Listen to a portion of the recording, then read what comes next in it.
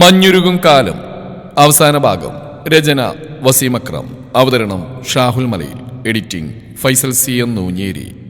മീര, ടൈമായി. ആരെ നോക്കുന്നീ? നത്തിങ്. ആരോ വിളിക്കുന്ന പോലെ അതാ നോക്കിയത്. കുറച്ചകലെ അവളെ മാത്രം നോക്കിക്കൊണ്ടിരുന്ന രണ്ട് നിറഞ്ഞ കാപ്പി കണ്ണുകളെ അവൾ കണ്ടിരുന്നില്ല. തലക്ക് മുകളിലൂടെ അവൾ പറന്നകലെന്ന് ചെറുനോവോട് നോക്കി നിന്ന് നബി.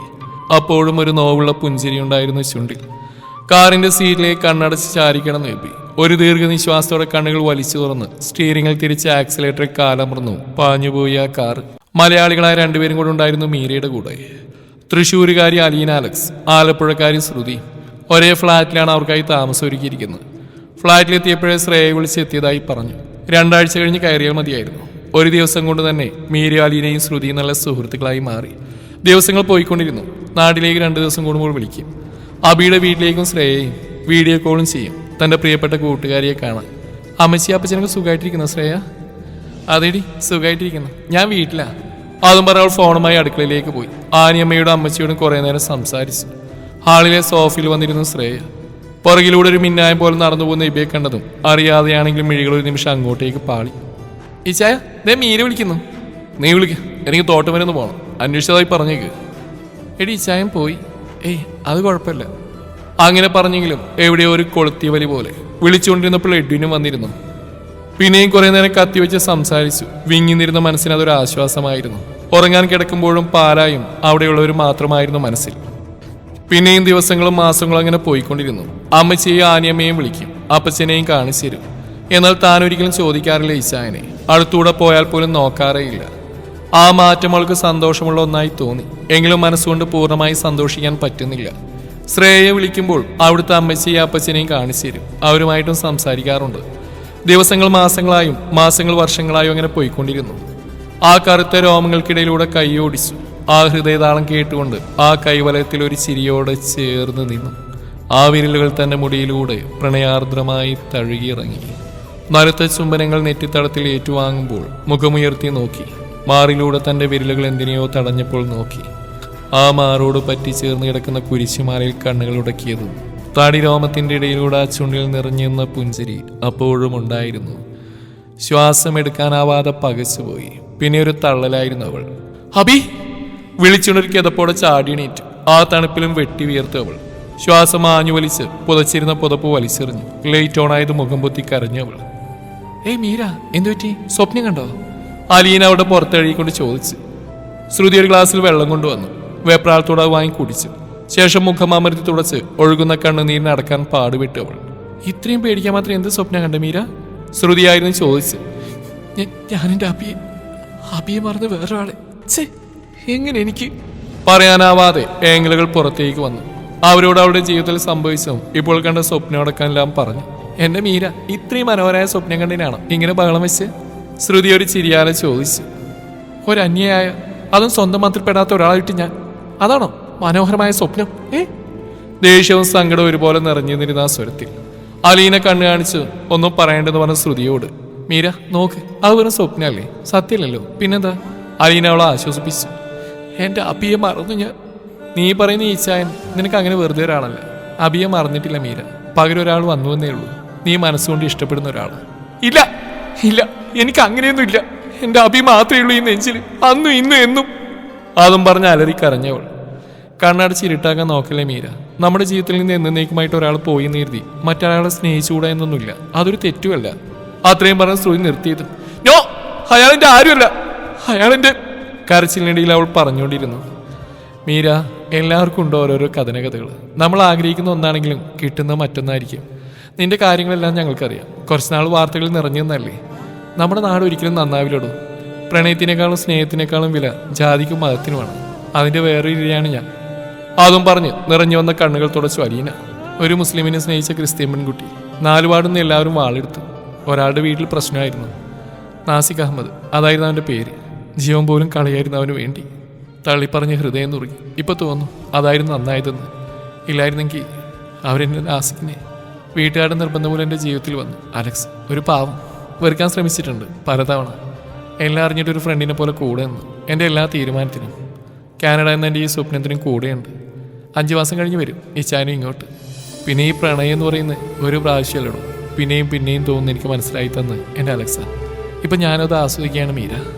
നാസിക്ക് വേറെ നിക്കാഹ് കഴിച്ചു. നമ്മൾ ആഗ്രഹിക്കുന്നതെല്ലാം നടക്കണമെന്നില്ല. പകരം വിധി നമുക്കായിട്ട് മറ്റെന്തെങ്കിലും കരുതി വെച്ചിട്ടുണ്ടാവും.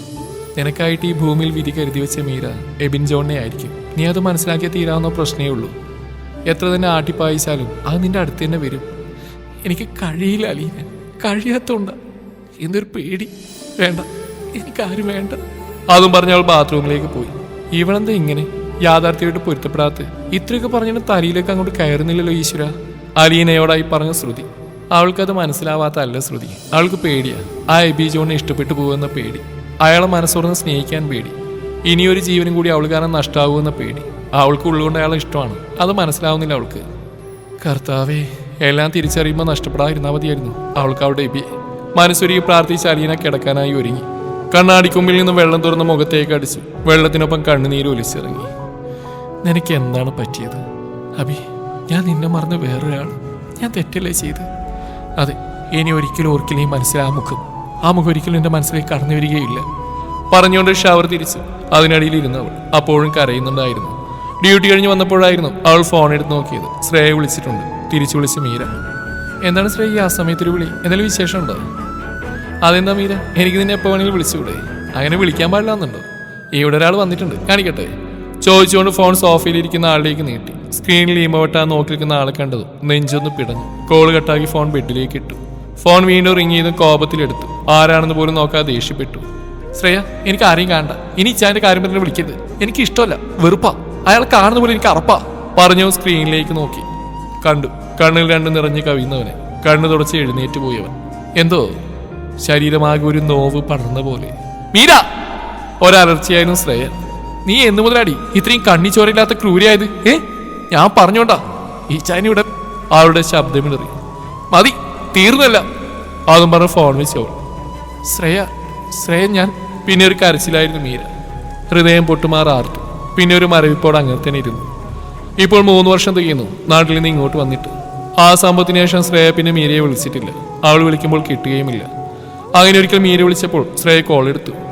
ഇച്ചായൻ്റെ അമ്മച്ചി ഹോസ്പിറ്റലൈസ്ഡ് ആണെന്നും ഹാർട്ട് അറ്റാക്ക് ആയിരുന്നുവെന്നും അതിന് കാരണം ഇച്ചായൻ കല്യാണത്തിന് സമ്മതിക്കാത്തതാണെന്നും അത്രമാത്രം പറഞ്ഞവൾ ഫോൺ വെച്ചു. കേട്ടപ്പോൾ വിഷമം തോന്നി.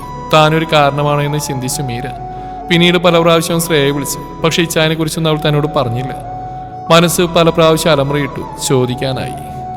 ആ മുഖം ഒരു പ്രാവശ്യമെങ്കിലും ഒന്ന് കാണാനായി. പക്ഷെ നിരാശയായിരുന്നു പലം. പിന്നീട് പല രാത്രികളിലും ആ മുഖവും കാപ്പിക്കണ്ണുകളും ആ ചിരിയും തന്നെ വേട്ടയാടുന്ന ഒരു നോവാർന്ന മനസ്സുഖത്തോടെ അവൾ അറിഞ്ഞു. ഒരിക്കൽ കൂടി തന്നിൽ പ്രണയമെന്ന വികാരം ഒട്ടിട്ടിരിക്കുന്നു. അതെ, തന്റെ ഹൃദയത്തിന്റെ അറിവിൽ കൂടുകൂട്ടിയിരിക്കുന്നു ആ കള്ള നസ്രാണി. 3 വർഷമെടുത്തു തന്നിലെ പ്രണയമെന്ന വികാരത്തെ തിരിച്ചറിയാൻ. എന്തെന്നില്ലാത്ത സന്തോഷമായിരുന്നു പിന്നീട് അങ്ങോട്ട്. അടുത്ത ആഴ്ച അലീനയുടെ അലക്സിച്ചായം വരും. ശ്രുതിയുടെ കല്യാണവും നിശ്ചയിച്ചു. 3 മാസം കഴിയുമ്പോൾ മാളുവിന്റെ കല്യാണമാണ്. അവളെ പഠിപ്പിക്കുന്ന സാറാണ് വരൻ. ഇഷ്ടപ്പെട്ട് ഇങ്ങോട്ട് വന്ന് ചോദിച്ചാണ് അവർ. ഈ ചാനോട് തന്നെ മനസ്സന്ന് തുറക്കണം. മീരയ്ക്ക് ഈ പാലക്കാരൻ താൻ തോന്നിയ ഇഷ്ടമാണെന്ന് പറയണം. ശ്രുതിയും ഞാനും നാട്ടിലേക്കുള്ള ടിക്കറ്റ് ബുക്ക് ചെയ്തു. കലണ്ടറിൽ ഓരോ ദിവസം ചുവന്ന മഷിയാൽ വട്ടമിട്ട് വെച്ചു. പിന്നെ നീണ്ട കാത്തിരിപ്പായിരുന്നു ഈ ചായന്റെ അടുത്തെത്താൻ. സോറി ചാ, അവളുടെ മനസ്സ് മാറിയില്ല. മതി, കാത്തിരുന്ന മറന്നേക്ക്.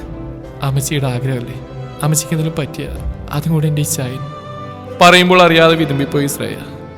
ഈ ചായന്റെ കല്യാണം കാണാൻ ആഗ്രഹം ഉണ്ടാവില്ലേ അപ്പച്ചനും അമ്മച്ചിക്കും? മോളെ, നീ അമ്മച്ചിയോട് പറഞ്ഞേക്ക്.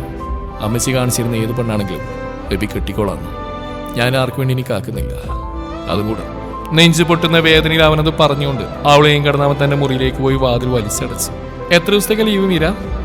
1 മാസത്തേക്ക് ഞാൻ എഴുതി കൊടുത്ത്. ബാക്കി അവിടെ ചെന്നിട്ട് സിറ്റുവേഷൻ പോലെ. ഒരു ചെറു ചിരിയോടെ പറഞ്ഞു നിർത്തിയവൾ. എടി കള്ളി, ഞങ്ങൾ വരുന്നുണ്ട് ഒരു കല്യാണത്തിന്. കപ്പയും ബീഫും കഴിക്കാൻ. ഈ ചാനയും കെട്ടി അവിടെ കൂടടി. മാളുവിന്റെ കല്യാണം ആവാറായി. അവർക്കൊരു വീടും വെച്ചു. നിന്റെ ഉത്തരവാദിത്തം കഴിഞ്ഞു. ഇനി നാട്ടുവെള്ളം ജോലി നോക്കി അവിടെ സെറ്റിൽഡ് ആവും. എനിക്കറിഞ്ഞൂടാ അലീന, ഇച്ചാനോട് ഞാൻ എങ്ങനെ പറയുന്നു? അത് ഞാൻ ഒരുപാട് വേദനിപ്പിച്ചതാ. ഇനി എന്നെ മറന്നു കാണുമോ? അവൾ പറയുന്ന കേട്ട് രണ്ടുപേരും പരസ്പരം നോക്കി. ഇല്ലടി, നിന്റെ ഇച്ചായന്റെ പ്രണയം റബ്ബർ പാൽ പോലെ ആയിരിക്കും. നോയിക്കോ, തൂവെള്ളയല്ലെങ്കിലും അച്ഛന്മാരും ഒരേ പൊളിയാ. ചെറിയ ചിരിയോട് അലീന പറഞ്ഞു. അതെടി മീരെ, നീ ഒരു സർപ്രൈസ് കൊടുക്ക്. റബ്ബർ മരങ്ങൾക്കിടയിലൂടെ ചുറ്റി നടന്നൊരു പ്രണയാവിൻ തന്നെ അങ്ങ് രചിക്ക്. ശ്രുതിയും വിട്ടുകൊടുക്കാൻ തയ്യാറായില്ല. അവളും പറഞ്ഞു. പിന്നല്ലാണ്ട് ഇനി നിന്നെ കർത്താവ് കരയിപ്പിക്കില്ലെന്ന് എനിക്ക് ഉറപ്പുണ്ട്. അതും പറഞ്ഞ് രണ്ടുപേരും അവളെ കെട്ടിപ്പിടിച്ചു.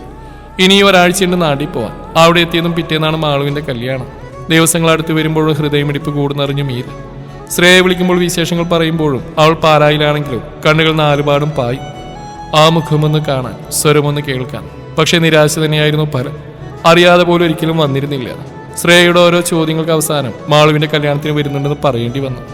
ആഹാ, അത് നന്നായി. അപ്പം നിനക്ക് 2 കല്യാണത്തിന് കൂടാലോ അല്ലേ മീര? വളരെ സന്തോഷത്തിലായിരുന്നു അവളത് പറഞ്ഞതും ചോദിച്ചു. 2? ഒന്ന് 10 ചോദിച്ചോ? ഓ സോറിടാ, ഞാൻ മറന്നു, പറഞ്ഞില്ലല്ലേ നിന്നോട്. അത് ഇശാനും മിന്നേട്ടാ മാളുവിന്റെ കല്യാണത്തിന്റെ പിറ്റേ ദിവസം. അപ്പം നമുക്ക് അടിച്ചു വിളിക്കാം, 2 കൂടാ നിനക്ക്. അവളുടെ ഓരോ വാക്കുകളും നെഞ്ചിൽ കത്തി കുത്തിയിറക്കുന്ന പോലെ തോന്നി അവൾക്ക്. കണ്ണുനീർ മൂടി കാഴ്ചയെ മറച്ചു. നിറഞ്ഞു വന്ന കണ്ണുനീർ അവളെ കാണാതെ തുടച്ചുകൊണ്ട് ഇടറിയ ശബ്ദത്തോടെ അവൾ പറഞ്ഞു, ശ്രേയ, ഞാൻ ഡ്യൂട്ടിയില്ല, പിന്നെ വിളിക്കാം. ഫോൺ കട്ട് ചെയ്ത നഴ്സിംഗ് റൂമിൽ നിന്ന് ഇറങ്ങി ഓടിയിരുന്നവൾ വാഷ്റൂമിൽ കയറി ശബ്ദം വെളിയിൽ വരാതിരിക്കാൻ ടാപ്പ് തിരിച്ചിട്ടു. ശേഷം ഓവർകോട്ടിന്റെ പോക്കറ്റിൽ നിന്ന് ടവലെടുത്ത് കടിച്ചു പിടിച്ച ഒരു ഏങ്ങലോടെ ഭിത്തിയിൽ ചാരി നിന്നു. എന്താണ് എനിക്ക് മാത്രം ഇങ്ങനെ? ആഗ്രഹിക്കാനും പ്രണയിക്കാനും അവകാശമില്ലേ മീരയ്ക്ക്? അങ്ങനെ എന്തൊക്കെയോ പറഞ്ഞ് കരഞ്ഞവൾ. അങ്ങനെ കുറെ നേരത്തെ കരച്ചിലിനും അത് കഴിഞ്ഞുള്ള മൗനത്തിനു ശേഷം വാശിയോടെ മുഖം കഴുകി അമർത്തി തുടച്ച് കണ്ണാടിയിൽ നോക്കിയതും അതിൽ തന്റെ പ്രതിബിംബം കണ്ട് പകച്ചിന്നു പോയി അവൾ. മീര, ഏയ് മീര, ഒരു പ്രത്യേക ഈണത്തിൽ വിളിച്ചു ആ പ്രതിബിംബം. നീ ഇത് എന്ത് പൊട്ടിയാണ് മീര? അർഹിക്കാവുന്നതേ മോഹിക്കാവൂ. അല്ലെങ്കിൽ ഇച്ചാന് നീ ചേരില്ല. നീ ഒന്ന് ആലോചിച്ച് നോക്ക് മീര. ഒരു വിധവയായി നിനക്ക് ചേരുവോ എബി ജോൺ പാൽത്തിങ്കൽ? ഇല്ല, ഒരിക്കലും ഇല്ല. നീ അവനെ മറന്നു കളഞ്ഞേക്ക്. അതും പറഞ്ഞുകൊണ്ട് ആ പ്രതിബിംബം കണ്ണാടിയിൽ നിന്ന് അപ്രത്യക്ഷമായി. ആ പ്രതിബിംബം പറഞ്ഞ് വീണ്ടും വീണ്ടും ആലോചിച്ച് കരഞ്ഞവൾ. പുലർച്ചെയായിരുന്നു ഫ്ലൈറ്റ്. രണ്ടുപേരെയും യാത്രയാക്കാൻ അലിയനെയും വന്നിരുന്ന എയർപോർട്ടിൽ. ഒരു കാർഡ്ബോർഡ് പെട്ടി നിറച്ച സാധനങ്ങളാണ് അബിയുടെ വീട്ടിലേക്കും പാലായിലേക്കും. ഫ്ലൈറ്റ് കയറിയപ്പോഴും ഹൃദയം അനാവശ്യമായി മിടിക്കുന്നുണ്ട്. നാട്ടിൽ പോവാനായി ആഗ്രഹിച്ചത് തനിക്കിപ്പോൾ ആ നാട് വിഷമങ്ങൾ മാത്രമാണ് നൽകുന്നതെന്ന ചിന്ത മിഴികൾ നിറച്ചു. എപ്പോഴോ കണ്ണുകൾ അടഞ്ഞു മയങ്ങിപ്പോയിരുന്നവൾ ചെക്കിംഗ് ചെയ്തിറങ്ങി വരുമ്പോൾ കണ്ണുകൾ നാലുപാടും പരതി. കണ്ടു തനിക്ക് നേരെ കൈവീശി കാണിക്കുന്നവരെ. പുറത്തേക്ക് പിന്നെ ഒരു ഓട്ടമായിരുന്നു. ചെന്നത് അവളെ കെട്ടിപ്പിടിച്ച് പൊട്ടിക്കറഞ്ഞു. ശ്രേയ, എടി പതിയെ പിടിക്കടി, എന്റെ കുഞ്ഞാവുക്ക് വേദനിക്കും. ഒരു ചെറുനാണത്തോടെ പറഞ്ഞു ശ്രേയ. എടി കള്ളി, നീ എന്നെ അറിയിച്ചില്ലല്ലോ. ഇപ്പൊ എത്ര മാസാ? 4 കഴിഞ്ഞ്. നിനക്കൊരു സർപ്രൈസ് ആയിക്കോട്ടെന്ന് വിചാരിച്ചു. എഡിന്റെ വയറ്റിൽ കൈമുട്ടുകൊണ്ടൊന്ന് തട്ടി. ആ, അല്ലെങ്കിൽ ഇതൊക്കെ എന്തോ സർപ്രൈസ്? ശരിക്കുള്ള സർപ്രൈസ് കിടക്കുമല്ലേ അല്ലേ ശ്രേയ? ഒരാളുടെ കല്യാണം നടന്നു കാണുമെന്ന് നീ ആഗ്രഹിച്ചിരുന്നില്ലേ മീര? ആളുടെ കല്യാണം ഞാൻ പറഞ്ഞിരുന്നടാ അവളോട്. അവൾ 2 കല്യാണം കൂടാനാണ് വന്നിരിക്കുന്നത് അല്ലേ മീര? നീ ഹാപ്പി അല്ലേ മീര? അല്ല എന്ന് ഉറക്കെ പറയണമെന്ന് തോന്നി അവൾക്ക്. നെഞ്ചിൽ മുഴുവൻ ഇപ്പോൾ ഈ ചായനാണെന്ന് പറയാൻ മനസ്സ് വെമ്പി. ഒരു വാക്ക് പോലും പറയാതെ നിറയാൻ തുടങ്ങിയ മിഴികൾ അവരിൽ നിന്നും മറച്ചു വെച്ച് മീര പാർക്കിംഗ് ഏരിയയിലേക്ക് നടക്കുമ്പോൾ കണ്ടു കാറിൽ ചാരിക്കൊണ്ട് ഫോണിൽ നോക്കി നിൽക്കുന്നവനെ. ഈ 3 വർഷം കൊണ്ട് ഒരു മാറ്റവുമില്ല, പഴയ ആള് തന്നെ. ആ കാലുകൾക്ക് വേഗതയേറി അവനിലേക്ക് ഒരു കാറ്റിന്റെ വേഗത്തിൽ പാഞ്ഞു. തിളക്കമുള്ള കാപ്പി കണ്ണുകളിൽ തന്റെ പ്രണയം തിരഞ്ഞു. ആ മാറിലേക്ക് ചാഞ്ഞു. ഇടനെഞ്ചിൽ ചെവിയേർത്തു മീര എന്ന് വിളിക്കായി. മീര, മീര. ഒരു ഞെട്ടിലോടെ നാലുപാട് നോക്കി. അതൊരു സ്വപ്നമായിരുന്നു എന്നറിഞ്ഞതും നീറിയിരുന്നു ആ മനം. അവൾ കണ്ടു തന്നിലേക്കൊരു നോട്ടം പോലും നോക്കാതെ ഡ്രൈവിംഗ് സീറ്റിലേക്ക് കയറുന്നവനെ. ലഗേജ് എഡിൻ ഡിക്കിയിലേക്ക് വെച്ചു. അവനും കോ ഡ്രൈവിംഗ് സീറ്റിലേക്ക് കയറിയപ്പോൾ ശ്രേയ പറഞ്ഞു, എന്നാ പോവാം എന്ന് പറഞ്ഞ അവൻ കാറ് മുന്നോട്ടെടുത്തിരുന്നു. അറിയാതെ പോലൊരു നോട്ടം തന്നിലേക്ക് വരുന്നില്ലെന്നറിഞ്ഞു മീര. മനസ്സുറക്കെ പറഞ്ഞുകൊണ്ടിരുന്നു, തെറ്റാണ്, മറ്റൊരാളുടേതാവാൻ പോകുന്ന ഈ ചായൻ ഇനി തൻ്റെ അല്ല, തനിക്കുള്ളതല്ല. ആയിരുന്നു, ആകുമായിരുന്നു, പക്ഷെ ഇപ്പോഴല്ല. പിന്നെ എന്തിനിപ്പോൾ ഒരു നോട്ടം ആഗ്രഹിക്കുന്നതാണ്? അവൻ ആഗ്രഹിച്ചിരുന്ന സമയത്തൊന്നും താൻ അവനെ ശ്രദ്ധിച്ചിരുന്നില്ല. പകരം ആ മനസ്സ് വേദനിപ്പിച്ചു ക്രൂരമായി. പിന്നെ എന്തിനിപ്പോൾ ഇങ്ങനൊരു നോട്ടം? തനിക്കതിനുള്ള അർഹതയില്ല. മനസ്സിലിരുന്ന് ആരോ പറഞ്ഞുകൊണ്ടേയിരുന്നു. അവർ 3 പേരും പരസ്പരം എന്തൊക്കെയോ പറയുന്നുണ്ട്. കല്യാണത്തെക്കുറിച്ചാണ് കൂടുതലും. മാളുവിന്റെ കല്യാണക്കാരിയും നോക്കുന്ന ഇച്ഛാനാണെന്ന് സംസാരത്തിലൂടെ അറിഞ്ഞു. അവള് പോലും പറഞ്ഞില്ല. എന്തിനാണ് തന്നെ ഇത്രമാത്രം സഹായിക്കുന്നത്? അറിയില്ല. അല്ല, നിങ്ങൾ രണ്ടുപേരും ഒന്നും മിണ്ടാതിരിക്കുന്നത്? കണ്ട പരിചയഭാവം പോലും നടിക്കുന്നില്ലല്ലോ. ഒന്ന് സംസാരിച്ചാ. ഇച്ചായ, മീരെ കല്യാണം വിളിക്കുന്നില്ലേ? ഞാനേ പറഞ്ഞിട്ടുള്ളൂ. ദാ എബി, വിളിക്കടാ. നിന്റെ കല്യാണം ഏറ്റവും കൂടുതൽ ആഗ്രഹിച്ചതേ ഈ ഇരിക്കുന്നവളാ. അവള് നീ വിളി. നിനക്കൊന്നും പറയാല്ലേ മീര? എനിക്ക് വല്ലാത്തൊരു ക്ഷീണം, ഒന്ന് മയങ്ങട്ടെ. അതും പറഞ്ഞ് കണ്ണടിച്ച് സീറ്റിലേക്ക് ചാരിയതും. മീര കൊച്ചെ, നാളെ കഴിഞ്ഞ് എൻ്റെ കല്യാണം, എന്തായാലും വരണം. വർഷങ്ങൾക്ക് ശേഷം മീര കൊച്ചെ എന്ന ഇച്ചാൻ്റെ വിളി കാതിൽ മഞ്ഞ് പോലെ വന്നു വീണിരുന്നു. അത്രമാത്രം പറയുമ്പോഴും ഡ്രൈവിംഗിലായിരുന്നു ശ്രദ്ധ. ഒരു നോട്ടം പോലും തനിക്കായി നൽകിയില്ല. എനിക്ക് കരച്ചിൽ തൊണ്ടക്കുഴിയെ തടസ്സപ്പെടുത്തി. ദേ, വരില്ലെന്ന് മാത്രം പറയരുത്. മാളുവിന്റെ കല്യാണം കഴിഞ്ഞ് നമ്മൾ നേരെ പാലായിലേക്ക് വിടുന്നു. അവിടെ പാലത്തിങ്കിൽ ഇച്ചാൻ്റെ കല്യാണം അടിച്ചു പൊളിക്കുന്നു. ആ നിമിഷം താൻ ഉരുകിട്ടിയിരുന്ന പോലെ തോന്നി മീരക്ക്. അബിയുടെ വീണ്ടും ഗേറ്റ് കടന്ന് കാർ ചെന്ന് നിന്നും അമ്മയും അച്ഛനും മാളു എന്നെ ചേർത്ത് പിടിച്ചു.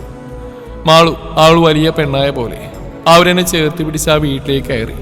എന്നിൽ നിന്ന് പിടിവിട്ട് ഒരു വിടർന്ന ചിരിയോടെ അവൾ ഇച്ചായനെ പോയി കെട്ടിപ്പിടിച്ചു. ഏട്ടാ എന്താ താമസിച്ച്? എന്നുള്ളത് നോക്കിയിരുന്നു മാളു. പിന്നെ സാരി സൂപ്പറാട്ടോ പറഞ്ഞുകൊണ്ട് അവൻ ഇറുകിയപ്പോഴൊന്ന് അവൾ ഇച്ചായൻ വാത്സല്യത്തോടെ തഴി ഒരു ഏട്ടന്റെ കരുതലോടെ. മീരേച്ചി വന്നേ വാ. അതും പറഞ്ഞ് രണ്ടുപേരും നടുവിലായി നിന്ന് കൈകൾ പിടിച്ച് പടികൾ കയറി മാളു. അകത്തേക്ക് കയറിയതും കണ്ടു ഒരു വിളക്കിന് മുന്നിൽ ഭംഗിയായി ചിരിച്ചുകൊണ്ടിരിക്കുന്ന അബിയുടെ ഫോട്ടോ. ഇപ്പോഴും ആ കണ്ണുകളിൽ ജീവനുള്ള പോലെ. മാളു മീരയുടെ കൈവിട്ടു നിറഞ്ഞ മനസ്സോടെ പോയി നിന്നു. അബി ഞാൻ വന്നു. 3 വർഷം അബി നീ എന്നെ വിട്ടു പോയിട്ട്. എനിക്കിപ്പോൾ ജീവിക്കണം തോന്നുക. പക്ഷെ എല്ലായിടത്തും മീര തോറ്റുവാ. സന്തോഷം എന്ന് എനിക്ക് വിധിച്ചില്ല അബി. നിന്റെ മീരൊരു പൊട്ടിയാ. മാനത്തെ അമ്പിളിമാമന് വേണമെന്ന് വാശി പിടിക്കുന്ന ഒരു പൊട്ടി. ഒരിക്കലും കിട്ടില്ല എന്ന് അറിഞ്ഞിട്ടും ആഗ്രഹിക്കുന്ന വെറും പൊട്ടിപ്പെടും. പ്രണയം എന്തുകൊണ്ട് എനിക്ക് നോഹ് മാത്രം നൽകുന്ന അബി? പറ അബി, പറഞ്ഞ എനിക്ക്. മനസ്സിൽ ഓർത്തുകൊണ്ട് മീകളടച്ച് കൈകൂപ്പി നിന്നു അബിയുടെ ഫോട്ടോക്ക് മുമ്പിൽ മീര. ആ ഫോട്ടോക്കുള്ളിൽ തന്റെ പ്രതിച്ഛായ കണ്ട് അതിനരികിലേക്ക് മറ്റൊരു മുഖം കൂടി തെളിഞ്ഞു വന്നു.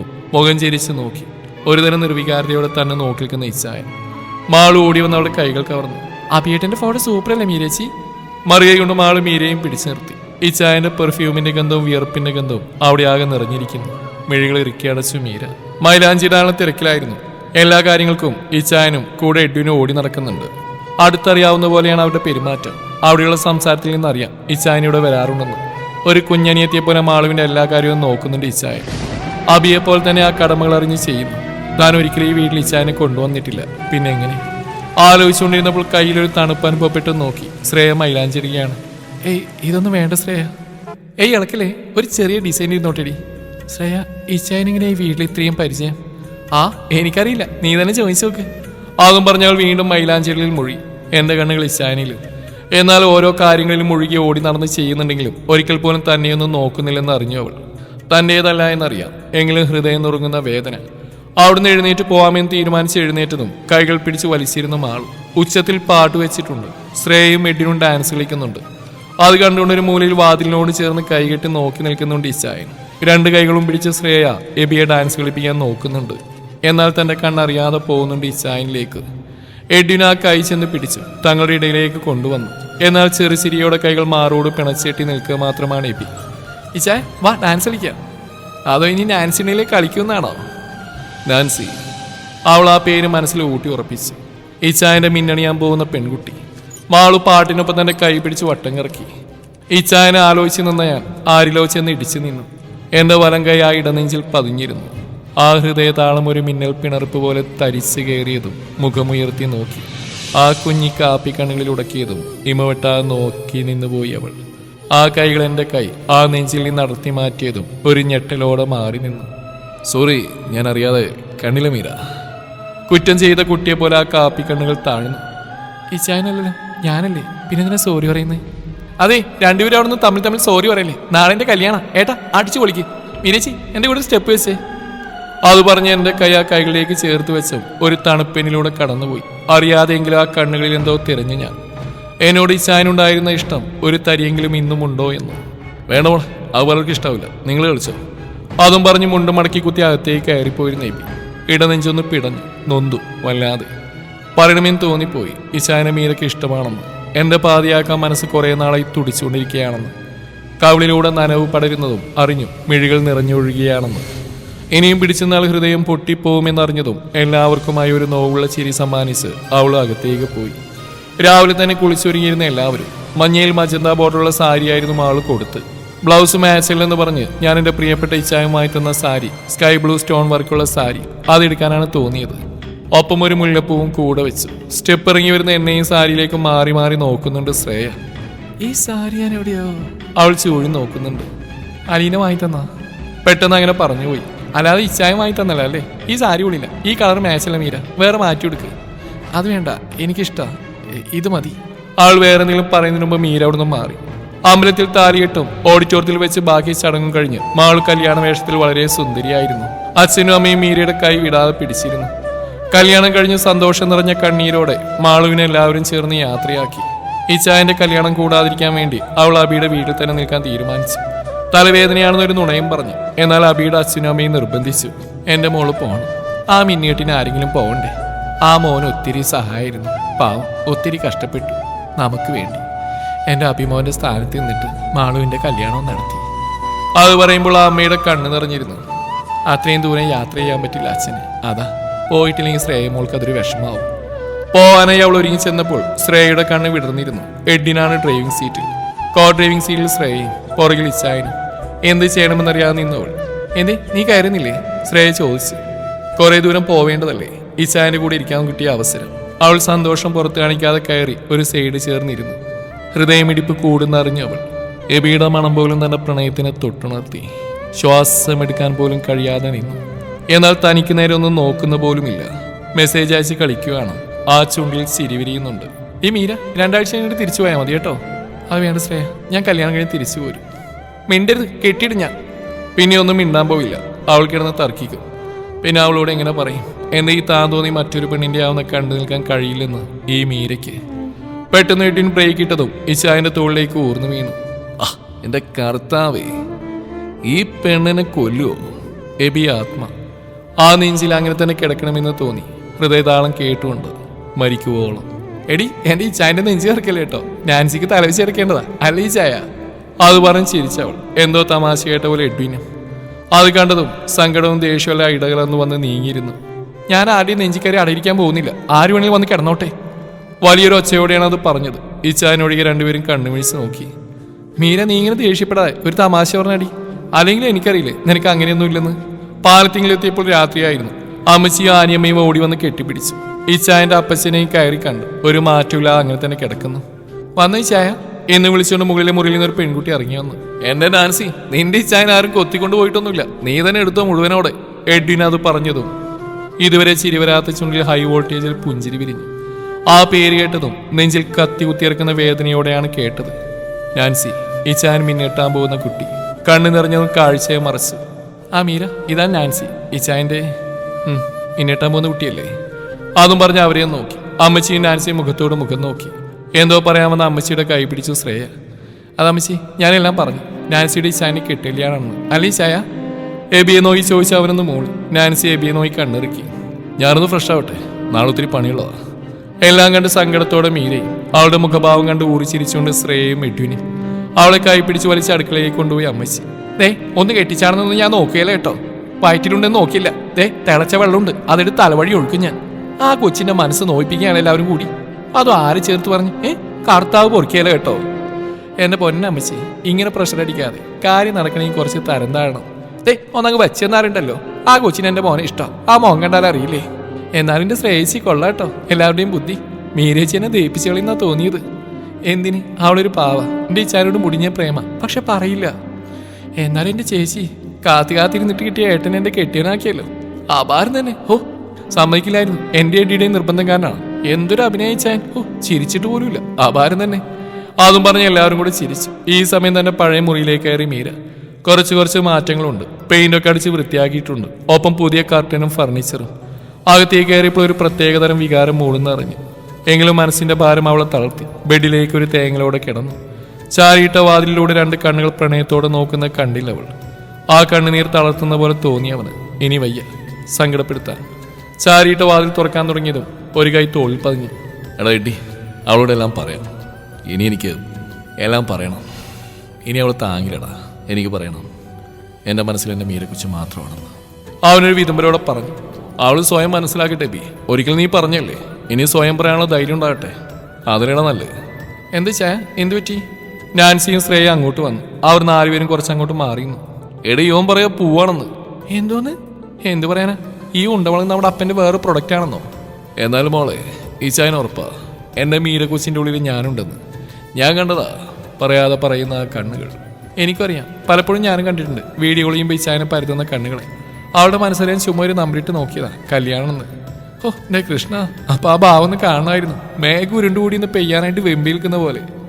ഫോൺ കട്ട് ചെയ്തപ്പോൾ ഉറപ്പിച്ചു പെണ്ണിന്റെ നെഞ്ചിലേക്ക് കള്ളത്തെ മാടി കൂട്ടിയിട്ടുണ്ടെന്ന്. പിന്നെ അങ്ങ് തകർക്കലായിരുന്നോ? പിന്നെ ഈ ചായനെ കണ്ടാലോ ഒരു നിരാശ കാമുകൻ. അവള് പോയ അന്ന് മുതൽ ആ മുറി കയറിയതാ. കഴിഞ്ഞ ദിവസം പെയിന്റ് അടിച്ച് കുട്ടപ്പനാക്കി അവൾ വരുന്ന പ്രാണിച്ച്. നാളെ വരെ ഈ അഭിനയം പോട്ടെ. സിസ്റ്റർ ഓഫീസിൽ വെച്ച് മീരയുടെ കഴുത്തിൽ മിന്നിട്ടുന്നവര് സസ്പെൻസ് ത്രില്ലർ പോലെ. എന്നാലും ഈച്ചാന്റെ അഭിനയം കൊള്ളാം. ഓസ്കാർ കിട്ടും ചിലപ്പോൾ ഈ കൊല്ലം പാലത്തിങ്ങിലേക്ക്. അതും പറഞ്ഞ് തിരിഞ്ഞതും നാൻസിയുടെ കണ്ണ് മിഴിഞ്ഞു വന്നു. ഉമിനീരിറക്കി ഒന്ന് ചിരിച്ചു. എന്നാലും എന്റെ കൊച്ചിന്റെ കൂശുമ്പ് കാണാനേ നല്ല രസമാണ്. ഞാനതങ്ങ് ആസ്വദിച്ച്. ഐഷ്. അത് പറഞ്ഞ് ചിരിച്ചതും കാലിൽ നാൻസി ആഞ്ഞ് ചവിട്ടിയത് ഒരുമിച്ചായിരുന്നു. ആ കർത്താവേ, എന്റെ കാല് എന്തോ നാടി. പാവ അവള് കണ്ണുകൊണ്ട് കഥകളി കാണിക്കുന്നുണ്ട്. എന്താടി ചോദിച്ചു തിരിഞ്ഞ് ഞാൻ കണ്ടു. 2 കണ്ണു നിറച്ച് പൊട്ടാറായി നിൽക്കുന്നവളെ. മീര, അത് ഞാൻ പറയാനാവാതെ വിക്കിയേപ്പി. അവൾ കൈപൊക്കി തടഞ്ഞു. എല്ലാവരും കൂടി അഭിനയിച്ച് തകർത്തുമല്ലേ ഞാൻ. കൊള്ളാം, എന്നെ തന്നെ പറ്റിക്കണമായിരുന്നു. ഞാൻ വേറൊരു പൊട്ടി. എനിക്കാരുമില്ലല്ലോ, എന്തോ ആവാലോ. എല്ലാവരും മൗനമായി നിന്നു. എബിയുടെ ഹൃദയം നീറി. പോവാനായി തിരിഞ്ഞ മീരയുടെ കൈ ശ്രേയ പിടിച്ചു. മീര, നീ പിണങ്ങല്ലേ?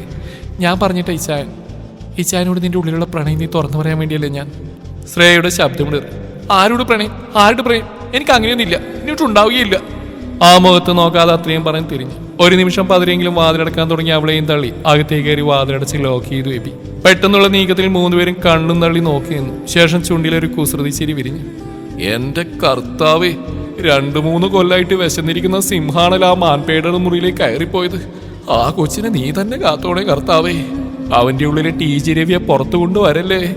എഡിൻ നെഞ്ചിൽ കൈവച്ച് പറഞ്ഞു കേട്ടതും ശ്രേയ അവന്റെ വയറിനിട്ടൊരു കുത്തുകൊടുത്ത്. എന്റെ ഇച്ചായനെ കുറിച്ച് അനാവശ്യം പറഞ്ഞാലേ കെട്ടിയാണെന്ന് നോക്കില്ല, കേറ്റിക്കളി ഞാൻ. നിന്നെ പോലെയല്ല, നല്ല കൺട്രോൾ എന്റെ ഇച്ചായന്. എന്തിനാ വാതിലടിച്ച് തുറക്ക്.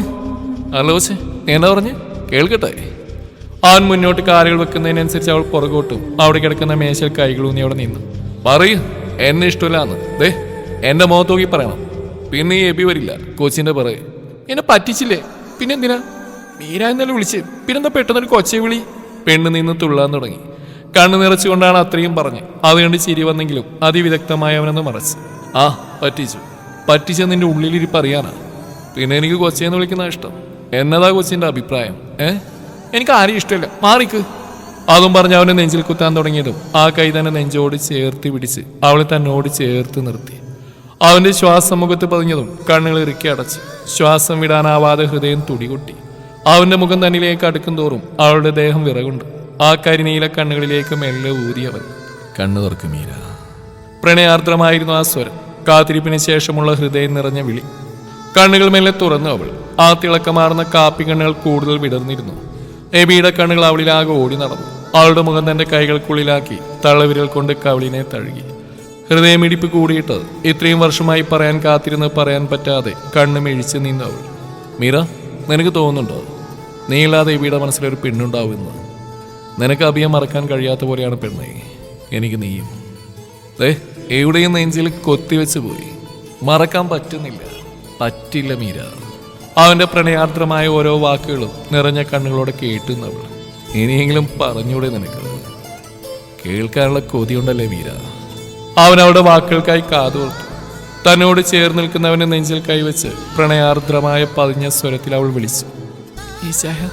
അത് കേൾക്കെ എബിയുടെ കാപ്പിക്കണ്ണുകൾ തിളങ്ങി. ഒന്നുകൂടെ അവൾ തന്നോട് ചേർത്ത് പിടിച്ചു. ഈശായ, എന്നെന്തിനങ്ങനെ സ്നേഹിക്കുന്നു?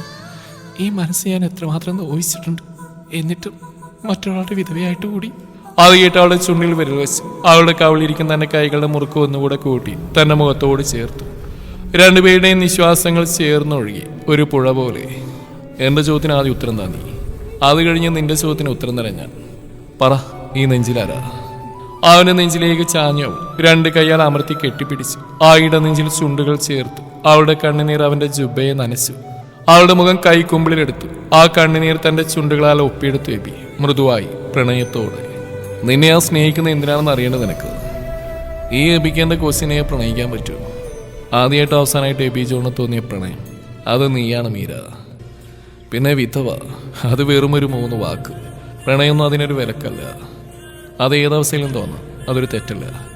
ജീവിക്കുന്നതും പുതിയ സ്വപ്നങ്ങൾ കാണുന്നതും തെറ്റല്ല മീര. കരഞ്ഞുപോയി. അവളിൽ നിന്നും തേങ്ങകൾ പുറത്തു വന്നു. എന്നാതിനാണ് ഇനിയും കരയുന്നത്?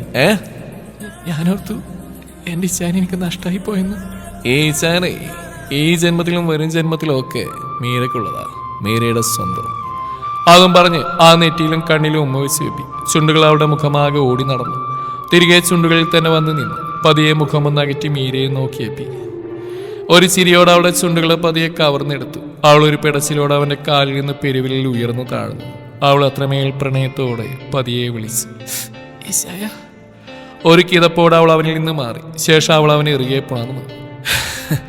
അതെ, ഇത്രയും മതിയട്ടാ എന്റെ കൺട്രോൾ വീട് കൊച്ചേ. ഈ കഴുത്തിൽ മിന്നി വീഴാതെ എന്തെങ്കിലും നടക്കും. എൻ്റെ കൊച്ചിനെ പൂർണ്ണ അധികാരത്തോടെ സ്വന്തമാക്കണ ഈ ചായനെന്നാ എനിക്കുള്ളത്. എന്നതാ കൊച്ചിൻ്റെ അഭിപ്രായം? നാളത്തെ ആൾക്കാരെന്ന ചിരിയോടെ തലതാഴ്ത്തിയവൾ. അതെ, എല്ലാം കണ്ണും കാതും കൂർപ്പിച്ച് നിൽക്കുന്നുണ്ട് പുറത്ത്. വാ, നാളെ വെളുപ്പിന് വേണം, പള്ളിയിലും അമ്പലത്തിലും, അത് കഴിഞ്ഞ് രജിസ്റ്റർ ഓഫീസിൽ. എല്ലാ ദൈവങ്ങളുടെയും അനുഗ്രഹം വേണം നമുക്ക് പുതിയ തുടക്കത്തിനായി. അതും പറഞ്ഞ് ഒരിക്കൽ കൂടി ചേർത്ത് പിടിച്ചു അവൻ അവളെ. വാതിൽ തുറന്നിറങ്ങിയതും കണ്ടു. മൂന്നും കൂടി രൂക്ഷമായി നോക്കി രണ്ടുപേരെയും. എന്തായിരുന്നു അകത്ത്? ഒരു പ്രത്യേക ഈണത്തോടെയായിരുന്നു അത് ചോദിച്ച്. നിന്റെ മുഖം എന്താ ചോദിച്ചിരിക്കുന്ന മീര? ഈ ചാൻസ് ഒപ്പിച്ചതാണോ? No no. ഒന്നും മിണ്ടാതെ നാണത്തോടെ തലതാഴ്ത്തി നിന്നവളെ തന്നോട് ചേർത്ത് നിർത്തിയപ്പി. ആണെങ്കിൽ എന്താടി, എന്റേതല്ലേ? പിന്നെന്താടി കാന്താരി? അതും പറഞ്ഞ് അവനോട് ചെവിയിൽ പിടിച്ചു. പിന്നെ അവിടെ ഒരു ബഹളമായിരുന്നു. രാത്രിയിൽ അനീനയും ശ്രുതിയും വീഡിയോ കോളിൽ വിളിച്ചു. അവർക്ക് സന്തോഷ വാർത്തയായിരുന്നു മീരയുടെ കല്യാണം. കുറച്ചധികം നേരം എല്ലാവരും കൂടെ സംസാരിച്ചു. ഹണിമൂൺ അവിടെ വരണമെന്ന് പറഞ്ഞാണ് അവർ കോള് കട്ട് ചെയ്ത്. രാവിലെ തന്നെ പള്ളിയിലും ശേഷം അമ്പലത്തിലും പോയി. അവിടെ നേരെ പോയത് രജിസ്റ്റർ ഓഫീസിലേക്കായിരുന്നു. വളരെ ലളിതമായ രീതിയിൽ മിന്നിട്ടും ഒരു ചെറിയ സദ്യയും ഉണ്ടായിരുന്നു. അമ്മച്ചി കുരിശ് വരച്ച് നെറ്റിൽ മുത്തിയവളെ കൈ പിടിച്ച് അകത്തേക്ക് കയറ്റി അപ്പച്ചൻ്റെ അടുത്ത് നിന്ന് അനുഗ്രഹം വാങ്ങി. നാൻസിയും ശ്രേയയും അവൻ്റെ ഇടം വലം നിന്ന് ആ നെഞ്ചോട് ചേർന്ന് അവനെ കെട്ടിപ്പിടിച്ചു. ഞങ്ങളുടെ ഭാഗ്യ ഈശായൻ, രണ്ടുപേരും ഒരേ സ്വരത്തിൽ പറഞ്ഞു. അത് കേട്ടുകൊണ്ടെന്ന് രണ്ടുപേരെയും നെറ്റിയിൽ വാത്സല്യത്തോടെ ചുംബിച്ചു അവൻ. ഈച്ചായൻ്റെ പപ്പ കൊള്ളാലോ ആണ്. ശ്രേയ, നാൻസി കൊള്ളാം ചായ. എത്ര അനിയത്തി കുട്ടികളാ. മീര നെഞ്ചോട് തലയേർത്ത് വെച്ച് കിടന്നു, അവൻ്റെ കുരിശുമാലയിൽ കൈകൾ ചുറ്റിക്കൊണ്ട്. ആ, ഈ പോക്കാണെങ്കിൽ നീ ആകെ കുഴയും കൊച്ചേ. എന്തിന്? അല്ലേ, ഞാൻ അപ്പനോടൊരു പന്തയം വെച്ചു. എല്ലാ കാര്യത്തിലും അപ്പനെ അങ്ങ് കടത്തി വെട്ടുന്നു. അല്ല, അങ്ങനെ നോക്കിയാ നീ പെറ്റും മടുക്കുമല്ലോ കൊച്ചേ. അയ്യടാ, അതും പറഞ്ഞു മോനിങ്ങി വാ പോടുന്നു എന്നും പറഞ്ഞ് അവന്റെ രോമക്കാടുകൾ നിറഞ്ഞ നെഞ്ചിൽ പതിയെ കടിച്ചു. ആക്രാന്തം കാണിക്കാതെടി. അത് കേട്ടത് അവൾ നാണത്താൽ മുഖം പൊത്തിയതും അവൻ ആ കൈകൾ അടർത്തി മാറ്റി അവളുടെ ചെവിയോരം ചേർന്ന് അത്രമേൽ പ്രണയത്തോടെ വിളിച്ചു. മീര, ഈ എബി ജോണിന്റെ ഭാഗ്യാണ് പെണ്ണെ നീ. മീരയില്ലാതെ ഈ എബി ജോണിനൊരു പൂർണ്ണതയില്ല. മരണത്തിന് പോലും നിന്നെ ഞാൻ വിട്ടുകൊടുക്കില്ല പെണ്ണെ എന്നും പറഞ്ഞ് അവളുടെ കഴുത്തിടുക്കിലേക്ക് മുഖം പൂഴ്ത്തി ചുംബിച്ചതും ഏയ് ചായ എന്ന് വിളിച്ച് അവൻ ഒന്നുകൂടി തന്നിലേക്ക് ചേർത്ത് പിടിച്ച് ഇറുകെ പുണർന്നു മീര.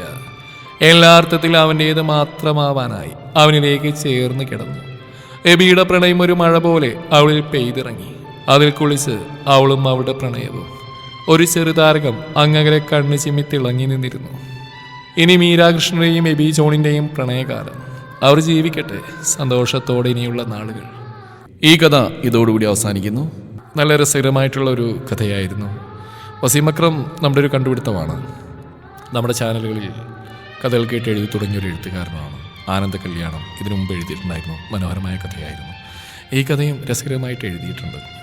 എന്തായാലും നിങ്ങൾക്ക് ഇഷ്ടപ്പെട്ടെങ്കിൽ നിങ്ങളുടെ അഭിപ്രായങ്ങൾ തീർച്ചയായിട്ടും കമൻറ്റുകളായിട്ട് രേഖപ്പെടുത്തുക. നിങ്ങളുടെ രചനകൾ ഞങ്ങൾക്ക് അയച്ചു തരിക. നമ്മുടെ ചാനൽ പ്രസിദ്ധീകരിക്കുന്നതാണ്. Thanks to all.